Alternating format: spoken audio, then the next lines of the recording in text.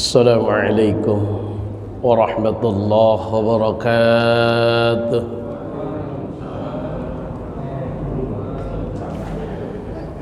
Alhamdulillah alladzi nawwara quluba awliyaihi bil ma'rifati wal iman. Ashhadu an la ilaha illallah wahdahu la syarika lah al-malikul mannan wa ashhadu anna sayyidana Muhammadan abduhu wa rasuluh al-mab'uts rahmatan lil anam.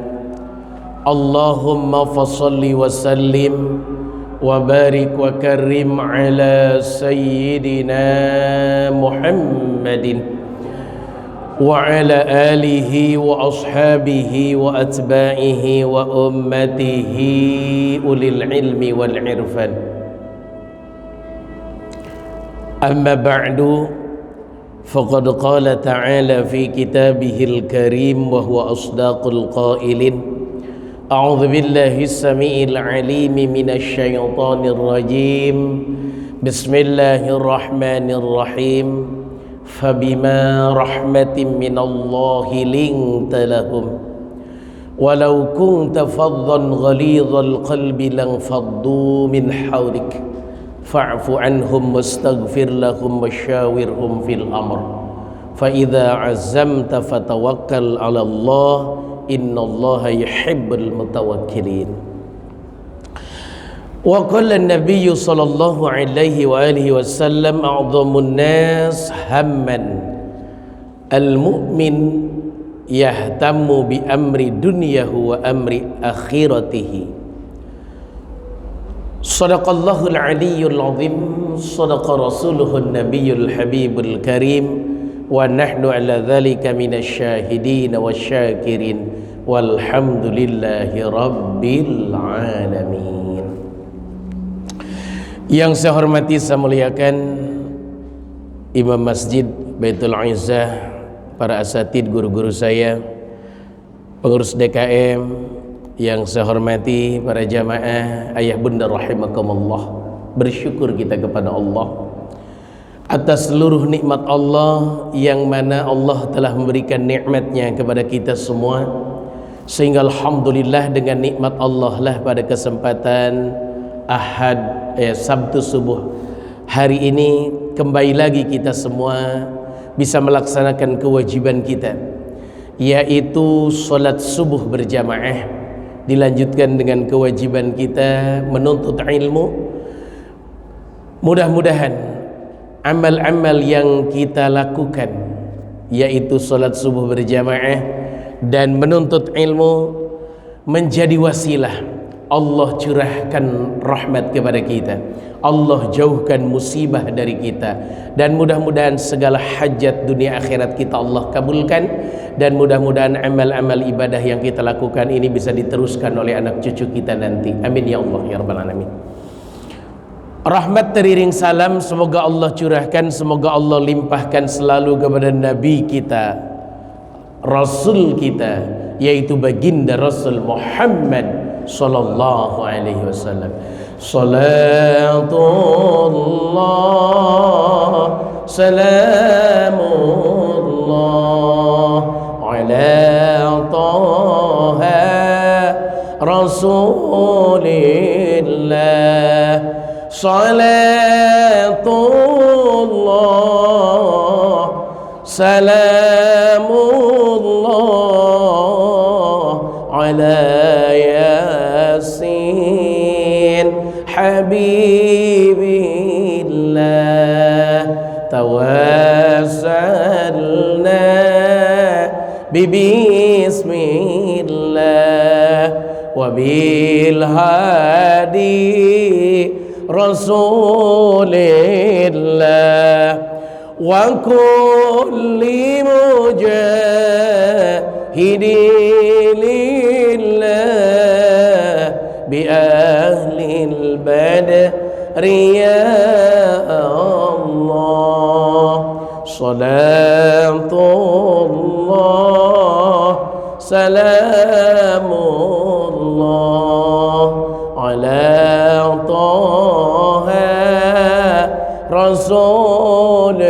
Rasulillah. Salatullah salamullah ala yasin habibillah. Allahumma salli wa sallim wa barik alaihi. Perbanyak baca salawat kepada baginda Nabi, karena Allah dan malaikat aja baca salawat, malah kita semua diperintahkan oleh Allah untuk terus membaca salawat dan salam kepada baginda Nabi Muhammad sallallahu alaihi wasallam.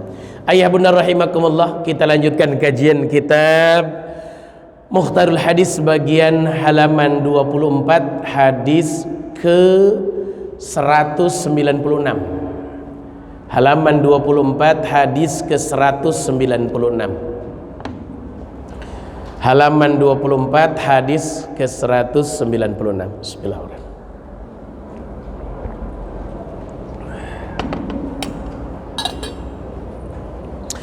Kata baginda Nabi yang diriwayatkan oleh Ibnu Majah an Anas, a'dhamun nasi hamman al-mu'min yahtammu bi amri dunyahu wa amri akhiratihi. Kata baginda Nabi, a'dhamun nas, manusia yang paling agung hamman, susahnya, yaitu al-mu'minu, seorang mukmin, yahtamu, yang begitu sulit, bi amri dunyahu, dengan urusan dunianya, wa amri akhiratihi, dan urusan akhiratnya. Seorang mukmin harus pusing dengan dua hal. Satu, harus pusing dengan urusan dunia. Yang kedua, harus pusing dengan urusan akhirat. Kenapa harus susah? Pantes orang mukmin mah susah di dunia mah. Karena dunia mah jannatul kafirin, surganya orang kafir. Malah kalau kita tengok dalam kitab Riyadus Shalihin di bab tentang alam barzah, ketika orang di luar agama Islam bersedekah, jadi orang dermawan, dia memberikan hartanya untuk ke yatim piatu, dia sumbangkan hartanya buat orang-orang miskin, maka dibalaslah oleh Allah dengan kebahagiaan di dunianya, dengan keberkahan di dunianya, tapi di akhirat nggak dapat apa-apa. Tapi ketika seorang mukmin bersedekah, rajin nyumbang masjid buat bangun masjid, rajin nyumbang masjid buat santunan yatim piatu di masjid, rajin nyumbang masjid buat operasional masjid, dia rajin menyumbang tetangganya yang miskin, dia sering sedekah kepada keluarganya yang miskin, dia sering sayangi anak-anak yatim piatu di lingkungannya. Ketika dia bersedekah, Allah tangguhkan balasannya buat di akhirat, Allah simpen buat di akhirat. Cuman, pakai cuman dalam hadis itu, Allah berikan sedikit di dunia, keberkahan itu sedikit, jadi tidak banyak di dunia karena ditabung buat akhirat. Jadi oleh karena itu, kalau kita umat Islam bingung, kok saya sering sedekah, kok rasa-rasanya nggak kaya seperti orang-orang yang lain yang di luar agama kita. Memang Allah simpan. Tengok di hadis itu, hadis sahih. Jadi oleh karena itu jangan kaget kalau kita masih bingung dengan urusan-urusan dunia. Memang begitulah aturannya. Bumi ini tempat kita susah, bumi ini tempat kita berjuang, bumi ini tempat kita mencari syariat-syariat. Yang kedua, bingung dengan urusan akhirat. Orang mukmin harus bingung karena harus dicari urusan akhirat. Biar gak bingung, cari arahannya dari Al-Quran, hadis, ijma', qiyas, ijtihad para ulama. Karena semua udah digaris di sana. Tidak ada yang tidak diatur, semuanya sudah diatur.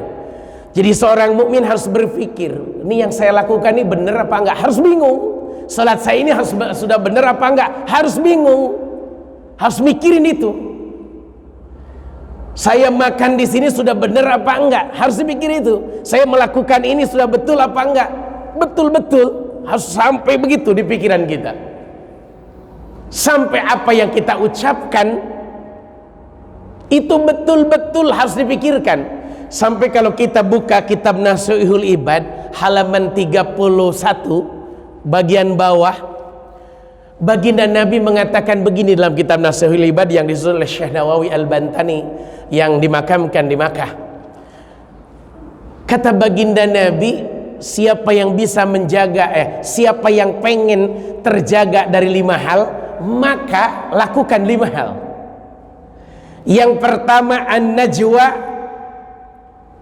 yuhassinul asrar. Yang kedua, was-sadaqah tuhassinul amwal. Yang ketiga, wal ikhlas yuhassinul a'mal. Yang keempat, wasidku yuhassinul aqwal. Yang kelima, wal musyawaratu tuhassinul ara. Saking harus bingungnya, kita harus jaga nih 5 hal. Yang pertama, siapa yang pengen rahasianya terjaga, maka an-najwa jawabannya apa?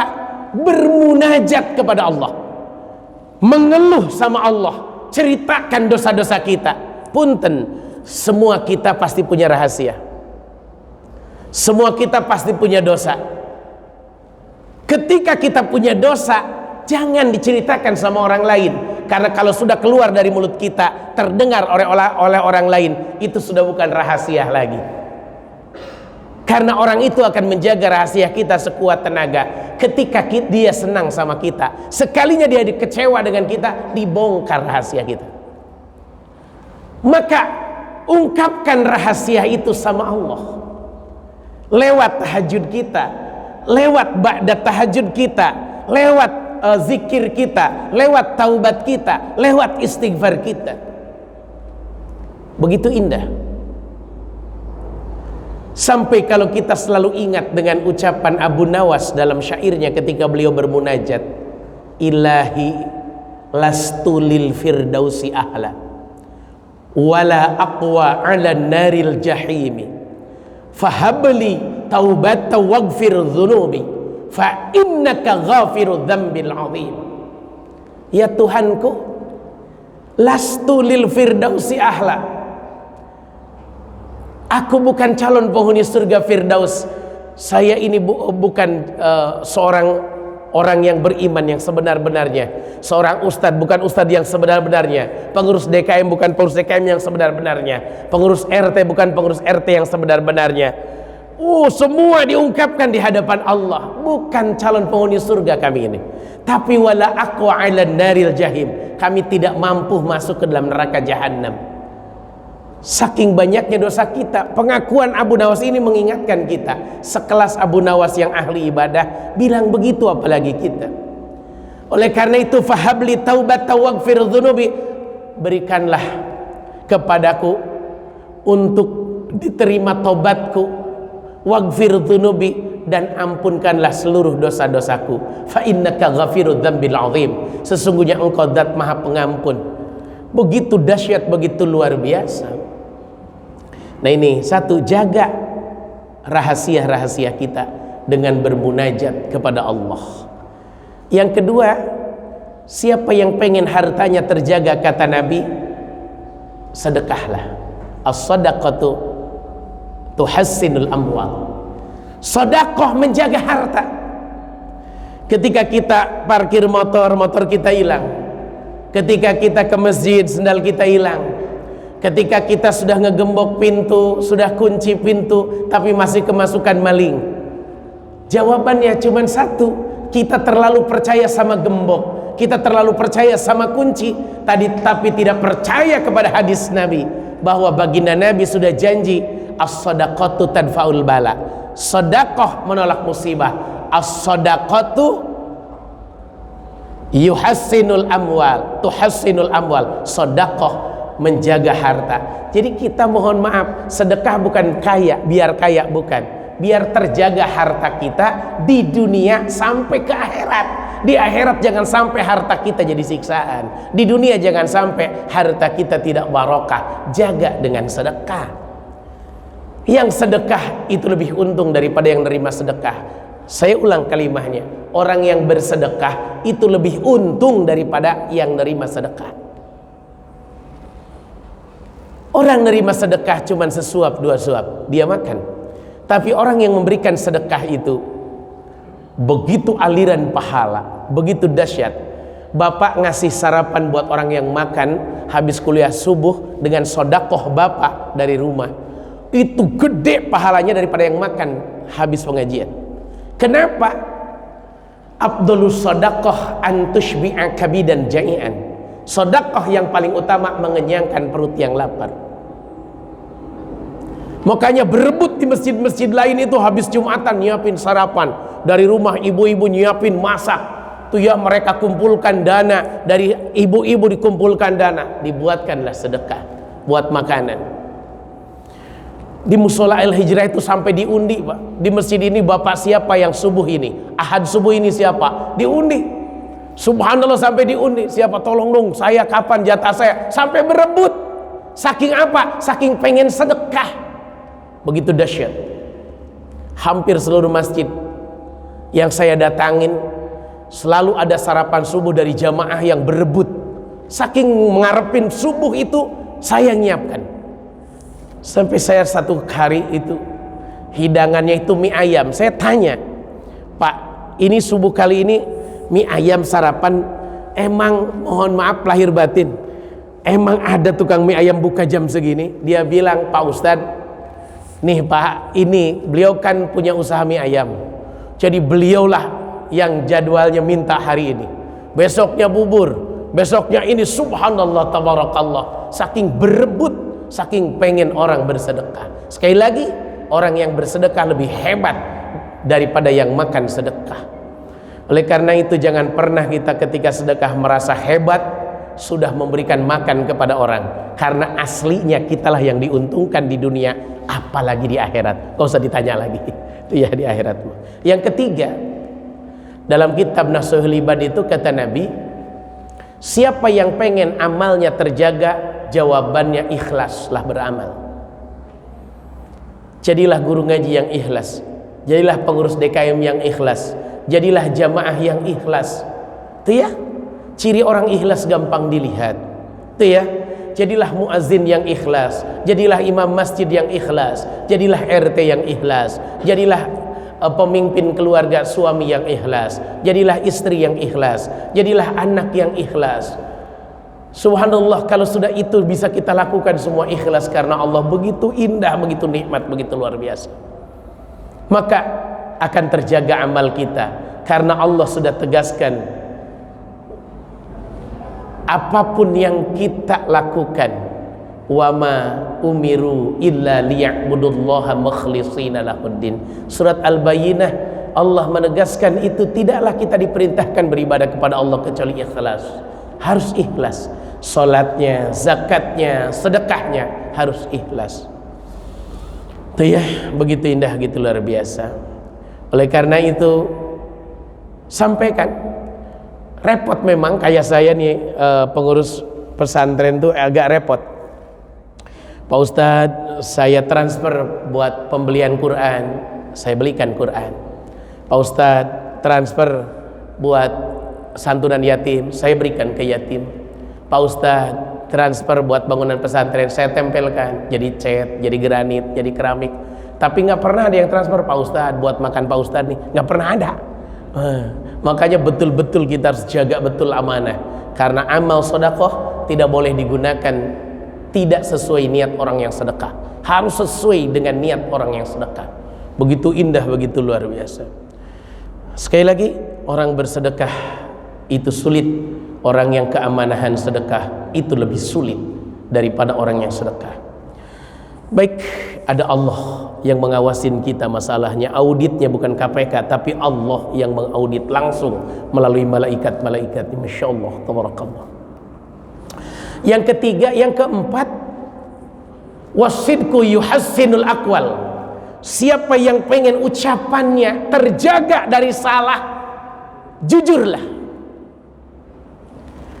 Sampai ada sebuah keterangan, man kathura kalamuhu kathura saqatuhu, wa man kathura saqatuhu kathurat dhunubuhu, wa man kathurat dhunubuhu fanaru awlabi. Yang artinya siapa yang banyak bicaranya pasti banyak salahnya, siapa yang banyak salahnya pasti banyak dosanya, siapa yang banyak dosanya api neraka lebih utama baginya.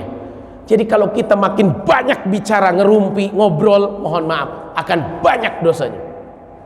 Oleh karena itu jawabannya cuma satu saringannya, jujur dalam bicara. Sampaikan kalau itu memang benar, jangan disampaikan kalau itu tidak benar. Itu mohon maaf, saya mengatakan ini boleh Pak depan bapak-bapak, lalu bapak melakukan padahal itu tidak boleh, maka berat tanggung jawab saya sampai akhirat. Makanya kenapa saya ngaji kemanapun selalu bawa kitab. Saya nggak berani Pak, ketika ditanya fikih asal sepikiran saya nggak berani, harus ada kitabnya, harus ada dasarnya. Karena ketika bapak melakukan padahal itu tidak boleh, saya bilang boleh, maka sampai ke akhirat akan ngalir dosa-dosanya. Berat Pak. Jadi guru ngaji itu sangat berat Pak, sangat berat luar biasa. Oleh karena itu mohon maaf lahir batin, saya pernah dimusuhi di sebuah masjid. Ketika ucapan saya mengatakan semua barang masjid itu tidak boleh dipinjamkan keluar masjid. Saya kalimat itu sepertinya main-main, tapi rupanya masyarakat itu begitu luar biasa. Emang yang sodakoh ke masjid ini Ustadz Muhyiddin doang, cuman mau minjem tikar aja ke masjid nggak boleh, cuman mau minjem kipas angin ke masjid nggak boleh, cuman mau minjem speaker ke masjid nggak boleh. Padahal yang saya sampaikan hukum agama, barang yang sudah diwakafkan ke masjid tidak boleh ditaruh di bawah, walaupun Quran sekalipun nggak boleh dipinjam keluar masjid, gunakanlah di dalam masjid, karena itu barang masjid. Kalau mau yang dibawa keluar, belilah dari patungan kita, taruh di masjid, numpang naro, itu baru boleh buat kemaslahatan umat. Sampai segitu tuh ya. Tapi begitu orang karena tidak paham, begitu frontal. Ketika saya dipertemukan dengan ustadz-ustadz yang lain, dikumpulkan ustadz-ustadz, jawaban saya cuma satu, apa yang saya ucapkan sesuai ilmu yang saya tahu. Saya tidak pernah mau mengucapkan sesuatu yang saya tidak tahu. Beresiko dunia itu enteng, tapi berisiko akhirat itu luar biasa beratnya. Di dunia saya salah bisa minta maaf, di akhirat kepada siapa saya minta maaf, karena bukan tempatnya minta maaf di akhirat. Begitu dahsyat. Hati-hati dalam berbicara, hati-hati dalam bersikap. Itulah kepusingan urusan ini. Punten, bingung urusan akhirat itu biasa Pak.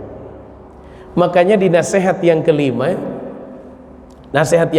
kata Nabi, siapa yang pengen terjaga pendapat-pendapat, maka jawabannya musyawarah.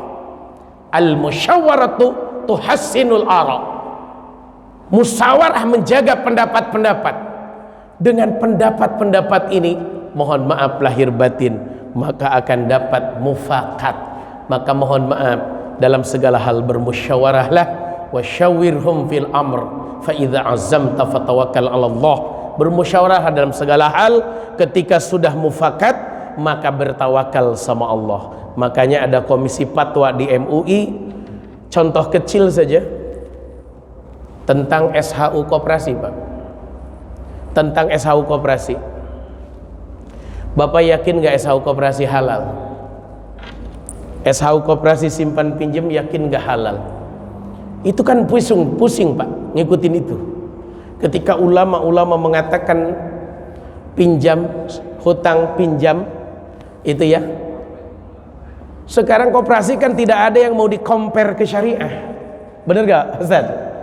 Pengennya ya yang biasa saja, pokoknya yang minjem melebihkan sekian, nanti dibagi ke anggota, berarti bagi duit riba semua. Bayangkan itu, pusing Pak. Nah ketika ada orang nanya ke saya, kan bingung, saya bilang pokoknya kalau kita ngutangin ada minta kelebihan, udah pasti itu dilarang dalam agama kita. Saya nggak mau cerita SHU, nggak mau cerita. Ketika sudah dibagi ke anggota, ke pegawai, ya makan riba jadi penyakit berjamaah. Bukan penyakit di dunia doang, sampai penyakit ke akhirat. Kayak itu barang haram. Nah itu di situ terkadang berat. Jangan pernah mencari dasar hukum untuk pembenaran kesalahan kita, tapi jadikanlah dasar hukum sebagai patokan untuk kita mengarah ke jalan yang benar.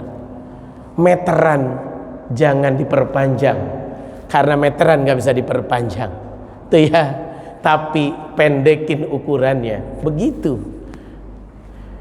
Baik, jadi kalau kita bingung dengan urusan akhirat, itu maklum Pak, memang umat Islam harus bingung dengan urusan akhirat.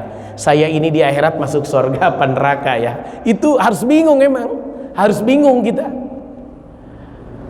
Bayangkan tiap hari ada aja orang curhat, Ustadz saya punya kreditan saya kreditin kulkas Pak Ustadz, saya kreditin kulkas.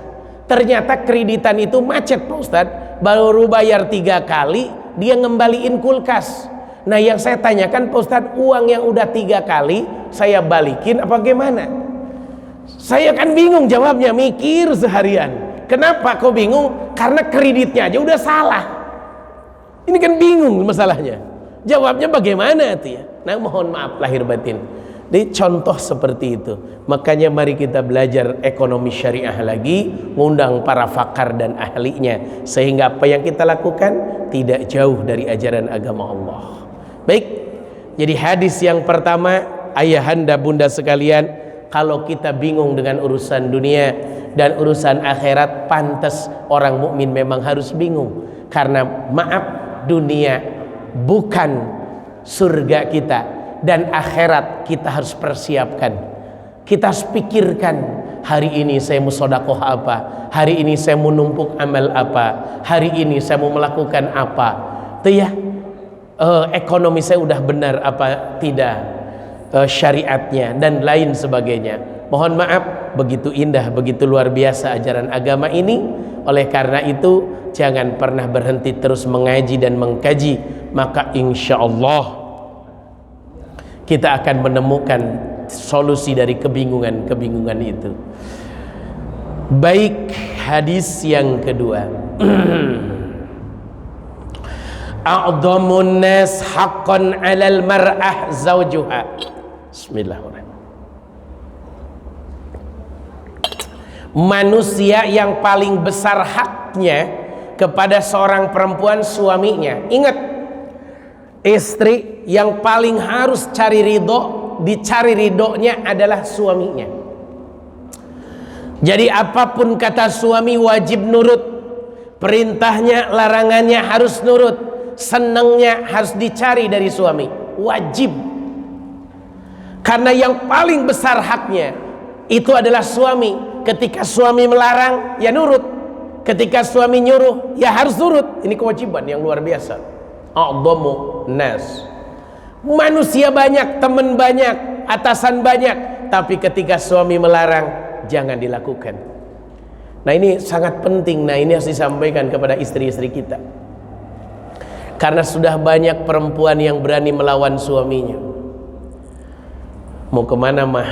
Mau jalan-jalan sama teman-teman? Jangan mah. Subhanallah, sekarang sampai yang ziarah ke makam-makam para wali aja banyaknya ibu-ibu berbis-bis. Bayangin aja, suaminya ditinggal loh, yang wajib dia layani di rumah. Menurut ilmu saya ini sudah tidak benar. Sudah tidak benar. Ziarah ke makam wali itu bagus, ziarah ke makam orang tua lebih bagus. Doa itu bisa dilakukan di rumah, karena tujuan ziarah itu cuma satu, mengingat kematian. Sedih beberapa kali saya berjumpa dengan orang-orang bapak-bapak yang lagi masak, motongin bawang di rumah. Emang ibu kemana? Lagi ziarah sama ustadznya. Bayangin ustadz bawa istri orang kemana-mana. Menurut saya itu udah tidak tepat. Menurut saya sekali lagi, kecuali berangkatnya sama suaminya, sama anaknya, monggo silakan dibawa oleh ustadz, silakan. Bayangkan kalau saya punya jamaah ibu-ibu ada 50 orang, saya bawa di satu bis, laki-lakinya saya doang sama supir sama kenek. Ketika ada yang pusing saya pijitin, ketika ada yang ini saya tolongin, ada yang keseleo saya tuntun. Sudah berapa dosa yang saya tumpuk ngelihat bini orang cakep bener, ngelihat ini, udah berapa mata saya ngeliatin dosa. Sepertinya ibadah, sepertinya. Tapi masya Allah tabarakallah, Di balik itu Masya Allah, kalau mau ziarah silakan, tapi ajak suaminya juga. Itu ya, dibawa suaminya juga, nggak masalah kalau bawa mahramnya. Perempuan itu keluar rumah wajib ada mahramnya. Islam tuh ngatur begitu. Sampaikan kejadian, di sebuah kejadian yang terbaru, ada wanita diperkosa di angkot jurusan Serang Balaraja. Kenapa? Karena wanita ini naik angkot tengah malam sendirian. Setelah diperkosa, dipukulin habis, lalu dibuang ke sungai. Bayangkan, inilah ajaran Islam benar sekali di sini, bahwa wanita tidak boleh keluar rumah tanpa mahram. Karena apa? Untuk menjaga. Siapa mahram itu? Ya bapaknya, suaminya, kakak laki-lakinya, anak laki-lakinya, adik laki-lakinya, pokoknya laki-laki yang namanya mahram itu. Gitu. Yang termasuk saudara yang tidak boleh dia nikahi. Allahu Akbar, kecuali mahram dadakan, yaitu suami. Nah, ya. Mohon maaf lahir batin. Sekarang banyak yang saya bikin sedih gitu artinya. Perempuan tur ke Bali tanpa suaminya, subhanallah, tanpa keluarganya. Nah ini kan bahaya. Makanya oleh karena itu saya mengajak ibu-ibu, tolong ngabdilah, carilah ridho suami sekuat tenaga. Karena yang paling berhak dari hak-hak yang harus ditunaikan sama ibu, sama kaum wanita adalah suami. Hormati suami, muliakan suami, walaupun suami sudah pensiun, walaupun suami penghasilannya kurang, walaupun suami tidak punya penghasilan, tapi kewajiban ini tidak selesai, tetap harus dilaksanakan. Itu ya. Karena terkadang mohon maaf, ketika suaminya usahanya lagi sukses, dimuliakan sama istrinya. Ketika masih kerja, punya penghasilan, dimuliakan sama istrinya. Bagian sudah nganggur, sudah bangkrut, sudah pensiun, Masya Allah, tabarakallah, ya Allah, sudah tidak dimuliakan, tidak dihormatkan, tidak dihormati lagi. Nah ini yang salah. Begitu ya. Wa a'dhamun nas haqqan 'ala rajuli ummuhu. Kalau bagi kita kaum laki-laki, yang paling haknya harus kita berikan adalah ibu kita. Mohon maaf lahir batin, seorang suami walaupun sudah punya istri, hak utama adalah ibu kita. Jangan sampai ibu kita kalah sama istri kita, sama anak-anak kita. Jangan sampai kalah. Itu betul-betul pengabdian tidak putus gara-gara menikah. Nah ini mohon maaf, banyak diantara kita terkadang ketika sudah punya istri putus ngasih uang ke orang tua. Ini terkadang mohon maaf, nafkah kita ke orang tua tidak berhenti gara-gara kita menikah. Terus berikan ke orang tua, itu pahalanya gede dan keberkahannya luar biasa. Itu ya. Dan wanita seorang istri tidak boleh menghalangi suaminya berbuat baik sama ibunya. Kalau kita cerita tentang Alqamah, Alqamah itu bukan orang ahli maksiat.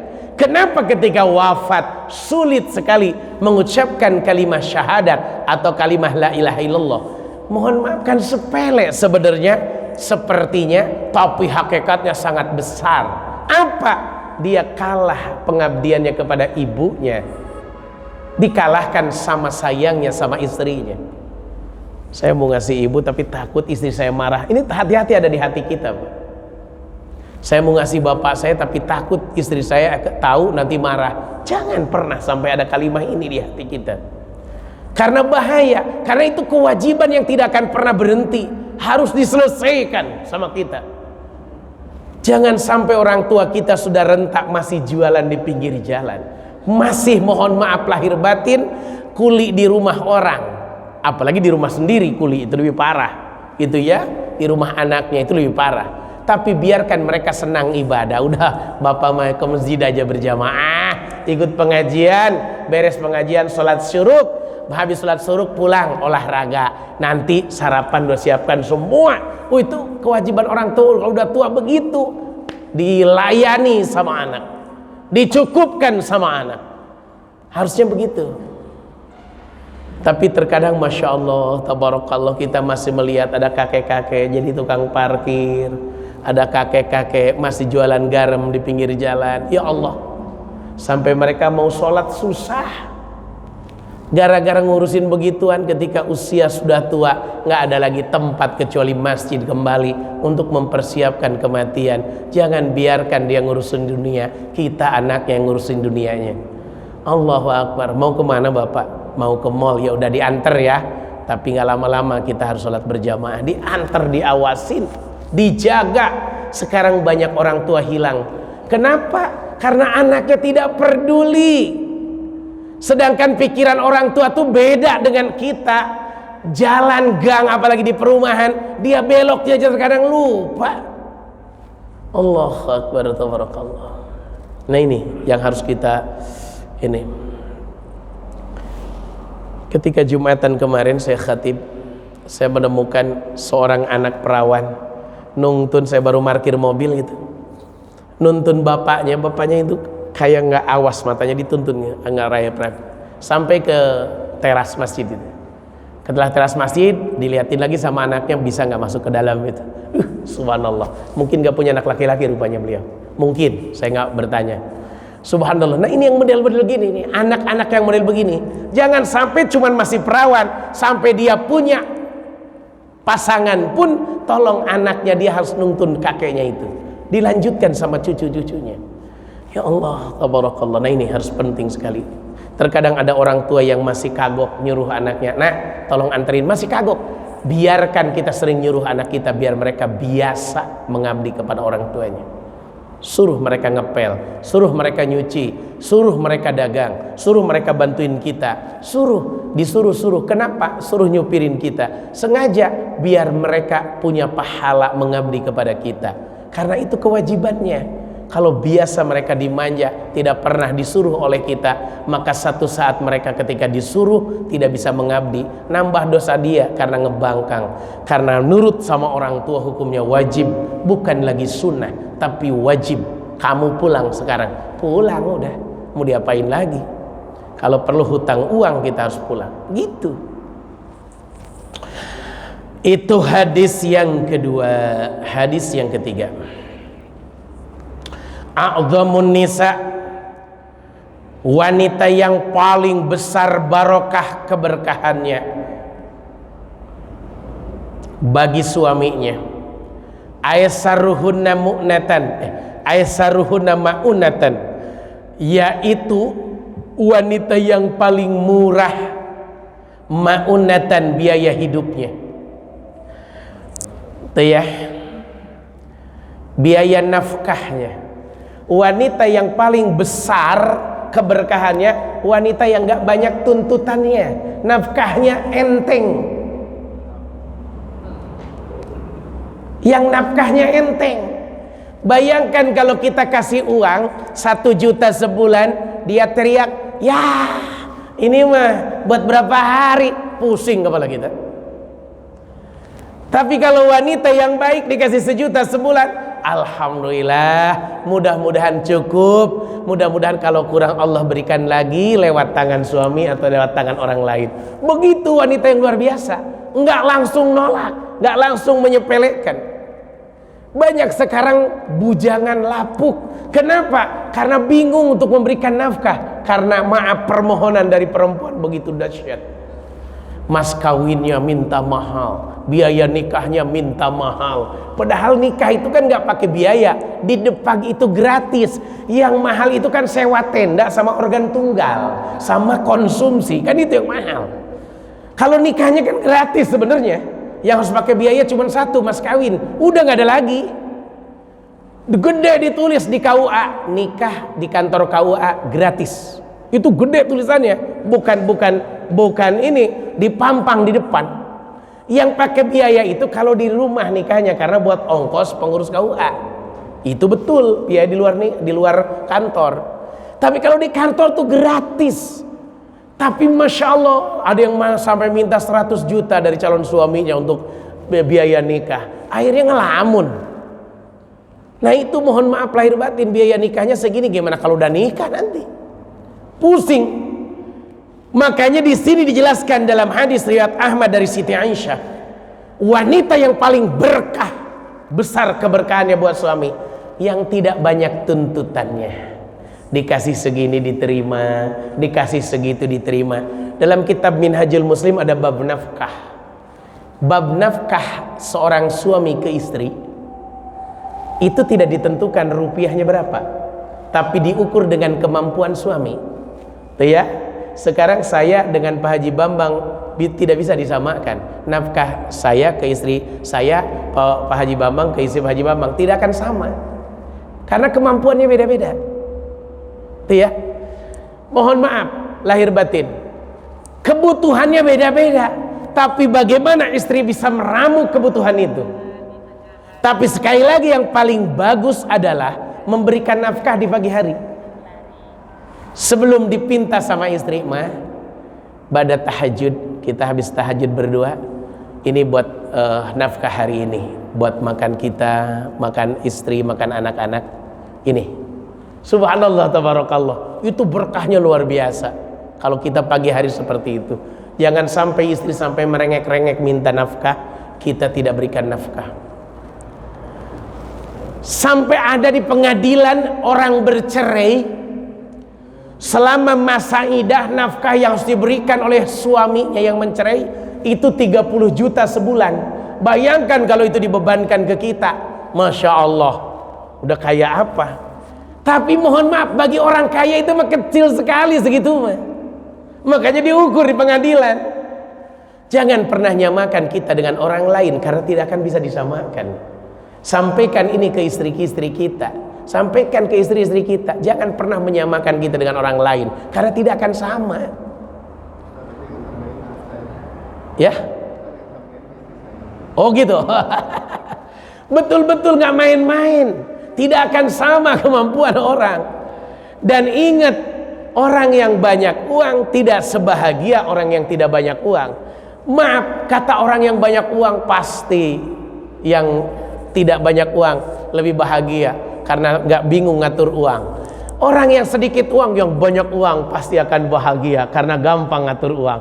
Tidak semua, padahal maaf, terkadang yang tidak seberapa uangnya lebih tenang daripada yang banyak uangnya. Karena orang yang makin banyak uangnya makin banyak kebutuhannya. Tuh ya. Yang nggak punya uang mau nyicil mobil, ya Allah, boro-boro nyicil mobil, jadi nggak kepikiran untuk nyicil, selesai. Tuh ya, yang banyak uang, saya banyak uang ini, nyicil mobil kecil, pas udah dijalanin, ya Allah, 20 juta sebulan, nyicil, itu udah pusing ke kepala. Beda Pak. Mohon maaf lahir batin, emang begitu. Makanya punten mohon maaf, carilah istri cantik, solehah, maaf, turunannya baik, kaya raya, tapi maaf nggak banyak tuntutan.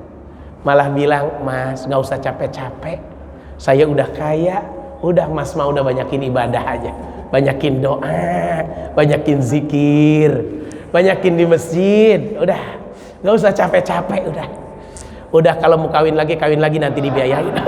Saya biayain, udah. Mantap bener itu. Banyakin anak biar banyak yang doain. Subhanallah. Hah? Oh ada ibu-ibu. Iya, subhanallah, cari yang paling mudah. Subhanallah tabarakallah. Kayaknya seorang suami gara-gara istri yang berkah. Demi Allah, keluarga itu tergantung istri bukan suami. Demi Allah, saya berani jamin, istrinya solehah, rumah tangga aman. Tapi kalau istrinya tidak solehah, pusing Pak. Karena ada ukurannya, ada di suami, ada di istri. Sampai baginda Nabi mengatakan begini, arbaun min sa'adatil mar'i. Seseorang akan bahagia dunia akhirat kalau memenuhi 4. Yang pertama, angtakuna zaujatu solihatan. Nomor 1, istrinya harus solehah. Nomor 1. Baru nomor 2-nya, wa auladuhu abroron. Anaknya soleh dan solehah. Yang ketiga, wa angtakuna solihin, wa khulatohu solihin. Yang ketiga, sering-sering bergaul dengan orang soleh. Yang keempat, baru masalah rizki, wa angtakuna rizkuhu fi baladi. Rizki dicari di negerinya sendiri. Maaf, itu singkat. Nomor 1-nya istri dulu. Jadi oleh karena itu bunda-bunda kalau yang tinggal di sini pastilah yang sering ke masjid solehah semua insya Allah. Itu ya, nggak cerewet, nggak musingin, dikasih berapapun insya Allah sabar. Akhirnya bengek tuh istri. Allahu Akbar, tabarakallah. Saking sabarnya. Allahu Akbar. Benar Pak, demi Allah, saya merasakan betul. Ya di keluarga saya sendiri, itu ya. Kami tahu sendiri guru ngaji seperti apa sih. Hanya ngajar santri, santri pun gratis gitu ya. Ya apa sih yang kita dapat dari santri? Itu bukan target untuk kehidupan kita. Itu ya. Ketika orang bertanya, Ustadz pesantrennya udah jadi, udah berapa bayar masuk? Buat apa bayar di tempat saya, pesantren udah jadi? Buat bayar listrik sudah ada yang bayarin. Buat bayar air nyambung sama listrik itu dari tanah, saya bilang. Paling kalau mau saya bilang nanti Bapak sumbang buat bayar guru bahasa Arab dan bahasa Inggris, karena saya tidak mampu mengajar bahasa Inggris, itu ngambil dari luar saya bilang itu aja, kalau yang lainnya saya ngajar semua. Nah begitu. Tapi mohon maaf begitu indah, karena kami memang potensinya bukan untuk kaya, cita-cita kami buka pesantren bukan untuk cari uang, makanya kami tenang hidup, nggak pernah pusing. Semua titipan kita sampaikan kepada orang berhaknya. Kayak itu bukan target kami untuk jadi orang kaya. Itu ya. Alhamdulillah berkah semuanya. Tidak ada yang tidak berkah. Itulah patokannya ada di istri. Kalau istri udah maaf tiap minggu pengen ke salon, medikur, tekukur, cukur, macam-macam, udah repot dah, udah biayanya gede.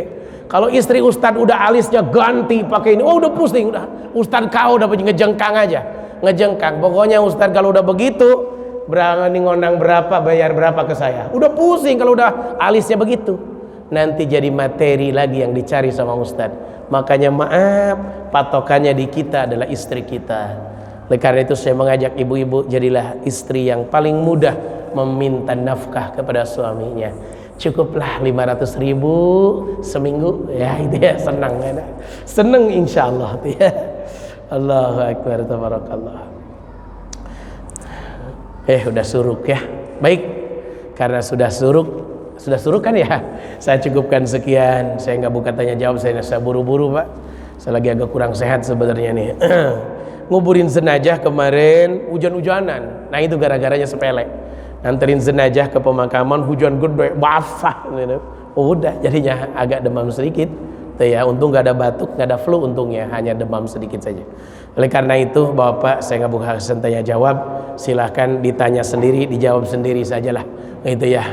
Baik, itu saja, saya tutup dengan doa. Astaghfirullahaladzim, astaghfirullahaladzim. Allahumma salli wa sallim ala sayyidina Muhammadin fil awwalin wal akhirin, wa barik wa karim radhiyallahu tabaraka wa ta'ala kulli sahabati rasulillahi ajma'in. Alhamdulillahi rabbil alamin, hamdan syakirin, hamdan na'imin, hamdan yuwafi ni'amahu yukafi mazidah. Ya Rabbana lakal hamdu wa lakal syukru wa lakal mulku wa huwa ala kulli syai'in qadir. Allahumma inna asbahna nushiduka wa nushidu hammalata arshik wa malaikataka wa jami' khalqik annaka anta Allah la ilaha illa anta wahdaka la syarika lak wa anna Muhammadan abduka wa rasuluk. Allahumma ya Ghani ya Hamid ya Mubdi ya Rahim ya Wadud ya fa'alu lima yurid ya Dzal Arsyil Majid. Aghnina bihadalika haramika wa bi ta'atika ma'siyatika wa fadlika man siwak.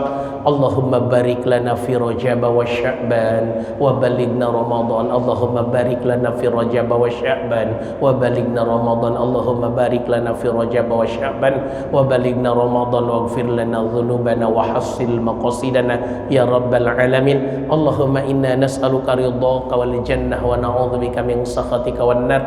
Rabbana la tuzigh qulubana ba'da idh hadaitana wa hab lana min ladunka rahmatan innaka antal wahhab. Rabbana atina fid dunya hasanah fil akhirati hasanah wa qina adzaban nar.